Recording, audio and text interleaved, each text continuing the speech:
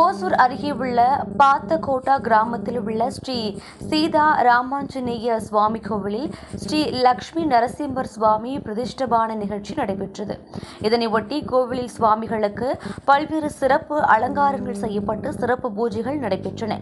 அதனைத் தொடர்ந்து திருமஞ்சனம், பகவத் ஸ்ரீ ராமானுஜர் வேத பிரபந்த பாராயணம், சங்கல்பனம், விஸ்வக்ஷேனா, வாசுதேவ புண்ணியாகம், பஞ்சகாவ்யா, கலச ஆராதனா, அக்னி பிரதோஷ்டபானம், மூர்த்தி ஹோமம் உள்ளிட்ட பல்வேறு ஹோமங்கள், பூஜைகள் நடைபெற்றன.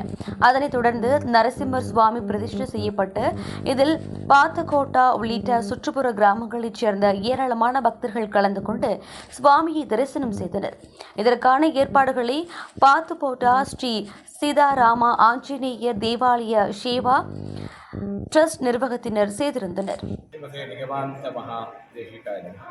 பாத்தகோட்டை ஸ்ரீ சீதாராமாஞ்சநேய சுவாமி தேவாலயா. இந்த கோயிலில் 2 நாளாக லக்ஷ்மி நரசிம்மருடைய பிரதிஷ்டை இருந்தது. முந்தானேத்து அங்குரார்ப்பணம், நேற்று எல்லாம் தெரியும் ஜீவாதி தத்துவ ஹோமங்கள் எல்லாம் நடந்து, ஸ்ரீயாதிவாசம், புஷ்பாதிவாசம் எல்லாம் நடந்து இன்றைக்கி சந்தரோக்ஷாயி நரசிம்மரை பிரதிஷ்டை பண்ணியிருக்கிறோம். இன்றைக்கி உடையர் திருநட்சத்திரம் கூட. இந்த உடையர் திருநட்சத்திரம் பிரம்மாண்டமாக உடையவருக்கும் லக்ஷ்மி நரசிம்மருக்கும் சேர்ந்து ஒரு ஒருபாடு நடந்தது.